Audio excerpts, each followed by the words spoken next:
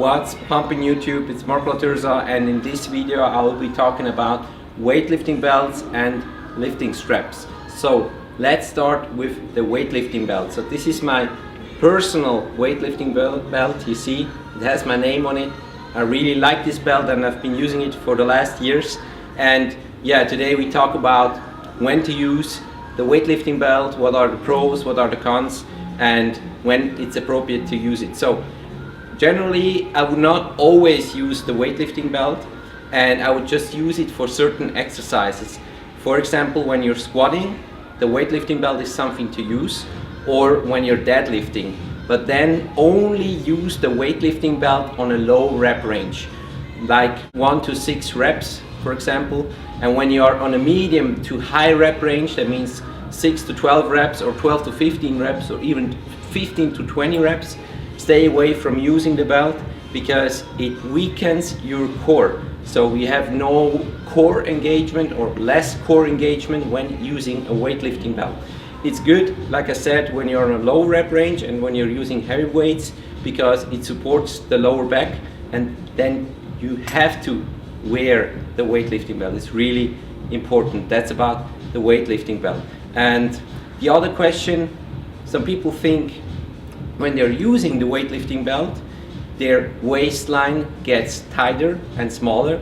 And let me answer the question, this is simply not true. I've been trying this out the last years. I've been measuring my waistline, and actually it didn't get smaller by using a weightlifting belt. What I felt is when I always wear the weightlifting belt in every workout for every exercise, I feel like uncomfortable. So because it makes my breathing harder when I have the weightlifting belt here, and and it weakens the core, like I said. That's about the weightlifting belt. So now let me talk about the straps. Weightlifting straps are a good thing for certain exercises, again, like for the deadlift when you're on a low rep range, when you're using heavy weights, because on a certain weight it's almost impossible to lift the weight with your natural grip strength, and then these lifting straps are really great. But some people tend to always use the straps for every pulling movement, but what it does then, it weakens your forearms, or your forearms stay permanently weak, and your grip strength as well.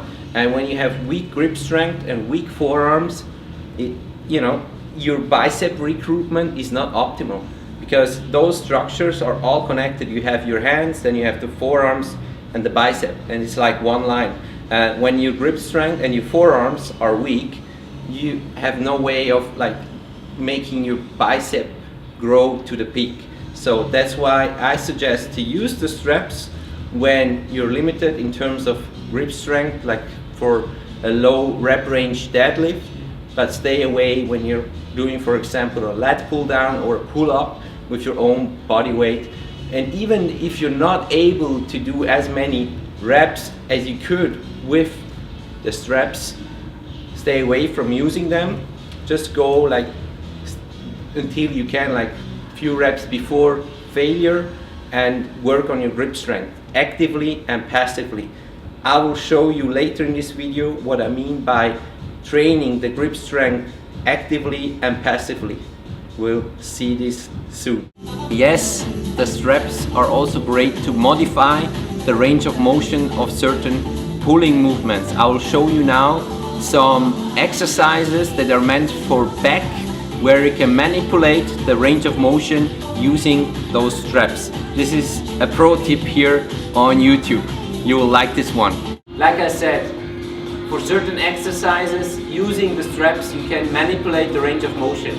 I'll show you now for the T-bar row, the natural range of motion, and then I will start modifying the range of motion using the straps. So this is the natural range of motion. So you see my hands are now stopping almost close to my chest, and you will see now a few reps. I'm doing now a few reps. Okay, you see, so this is the maximum range of motion, and now I'll show you a few reps using the straps, and you will see what changes.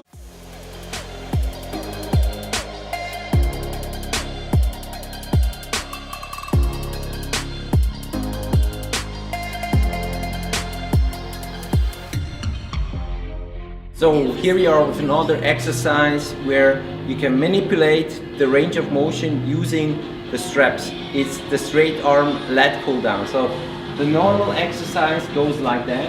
You stand straight here and pull it down, right? And you see my hands are stopping here, right? So now let's do a couple of reps using the straps and see now what happens. Can you see the position of my hands? It's much further back. So same principle as for the T-bar row, increased range of motion, shocking the muscles here, right?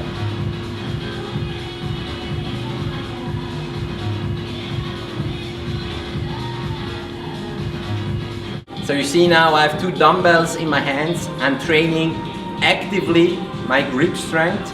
So for you guys, if you want to get strong in terms of grip strength, take two dumbbells that equal your body weight. So example, you're 100 kilos and then you take two 50 kilo dumbbells, that is your actual body weight, and then the goal is to keep those two 50 kilo dumbbells for at least 40 to 50 seconds.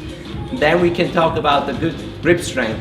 And actually now these dumbbells are getting heavier and heavier. So you keep holding them until your hands start opening. So this is the first active exercise for grip strength. I will now show you the second one. So now this is the second and the third exercise for active grip strength.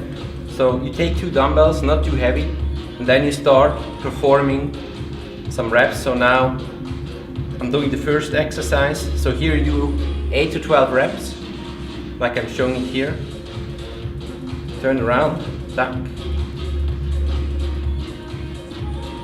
And that's the third exercise for active grip strength. So I was always talking about active grip strength. What is the passive grip strength? Usually we only need the grip strength for pulling movements, but we can also use it for pushing movements. Let's say you're doing a shoulder press or when you're bench pressing, then the key to improve the grip strength is to always press down as hard as you can. So keep the dumbbell, and even if you don't need your grip strength, use it. Close the hands as hard as you can, and then you start passively train the grip strength, which is really great to improve your grip strength. So guys, that was the YouTube video about weightlifting belts and lifting straps. I hope you liked this video. Make sure to hit the like button and support me on the way to 10,000 subscribers. I'm out, guys. It's Laterza. It's Friday the 21st of April. Time for shape update. Check it out. So this is my current shape, right?